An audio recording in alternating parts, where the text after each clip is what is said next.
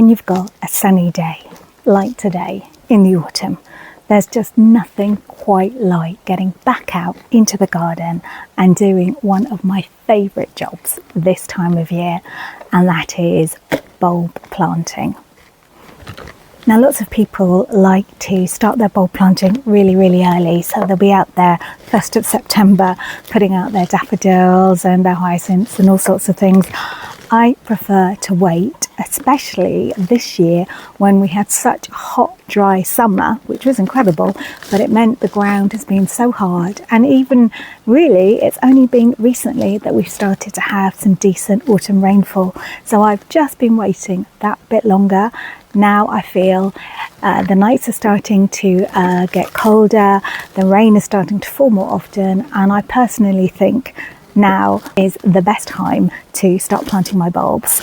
But caveat, always leave your tulips to just that bit later. So I plant my tulips mid to late November, and that's because they are susceptible to a disease called fire blight. And what that does is basically rot the tulips, and that will happen if it is just too wet and not cold enough. So if you can, hang fire at planting out your tulips.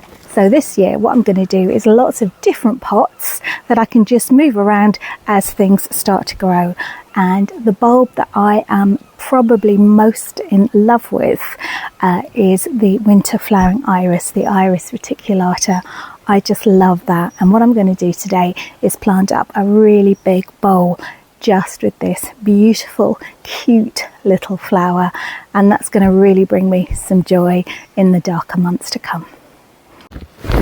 So when it comes to planting your bulbs, there is one thing you really need to be aware of, and that is bulbs really need very, very good drainage. And because they're going to be sitting in a pot throughout most of the winter, early winter, late winter, early spring, which tends to be when our weather is at its worst, they can really risk waterlogging. So I always will use a compost, a peat-free compost that is specially formulated for bulbs, because that drainage is just going to be that much better. And always make sure when you're planting them in a pot that you've got some drainage holes in them. They've got this gorgeous blue and purple with a flash of yellow. And what I love about them is that even here in my coastal garden, where I really do get battered by the wind, this little fella will just keep upright no matter hail, gales, whatever, even the seagulls. She's going to be really nice and sturdy, going to stay upright all throughout the spring and just be absolutely gorgeous. So although I've talked about how important drainage is, there is another rule when you're planting your bulbs, and that is to plant them 3 times their depth. So here I've got my daffodil bulb, so you want to go 1, 2, 3, and that's how deep they like to be. Send out their roots and up comes the shoots. So I've got this I've got this very shallow saucer type bulb that is traditionally used for plants like succulents, sempervivans, house leeks. So what I'm going to do is, I'm not going to plant, this is actually narcissi, the dwarf narcissi. This is an allium. You can see they are a bit bigger than the iris bulb, which is nice and slim.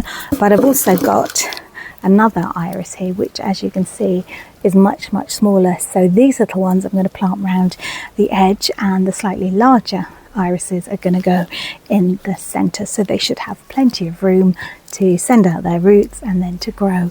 And this whole kind of bowl will be a lovely sea of purple when I'm feeling a bit miserable. Of compost, pop on your gloves. I just love the texture of this bulb fibre. It's so good for bulbs.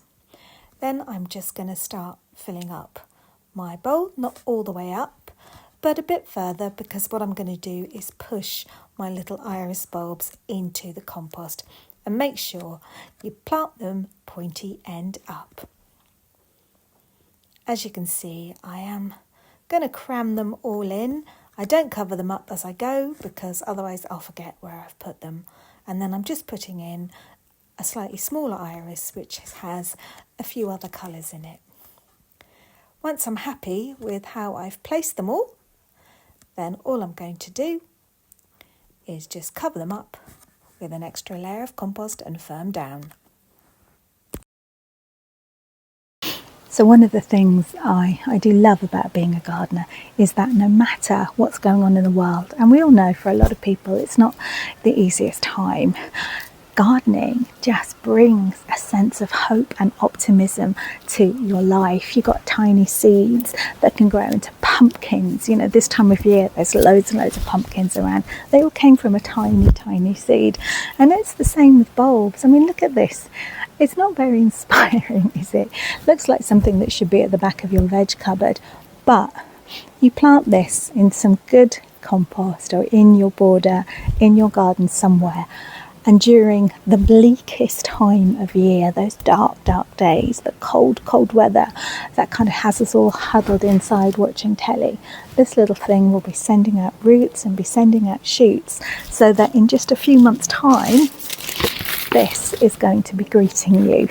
So what an amazing thing it is to garden. And you don't need a big garden to just have these little pockets of colour. You can have a tiny balcony, a tiny patio, and something like this is going to grow, and it will give you pleasure for quite a few weeks come the spring.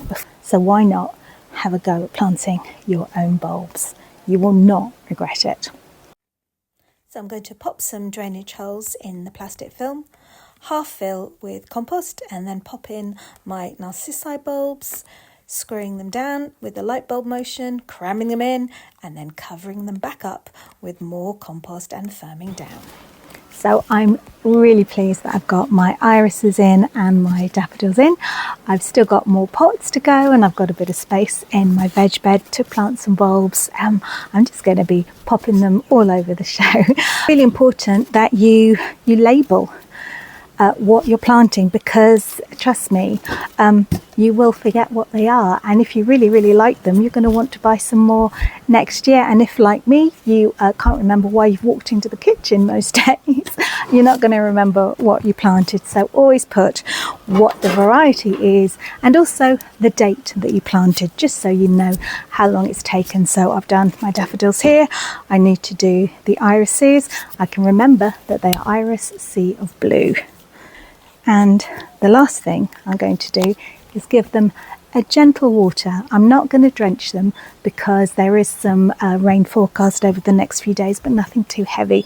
I don't want them to dry out, but I certainly don't want them waterlogged, because as I said before, they can really start to rot, which again is why it's really important what compost you're going to use when you plant up in pots.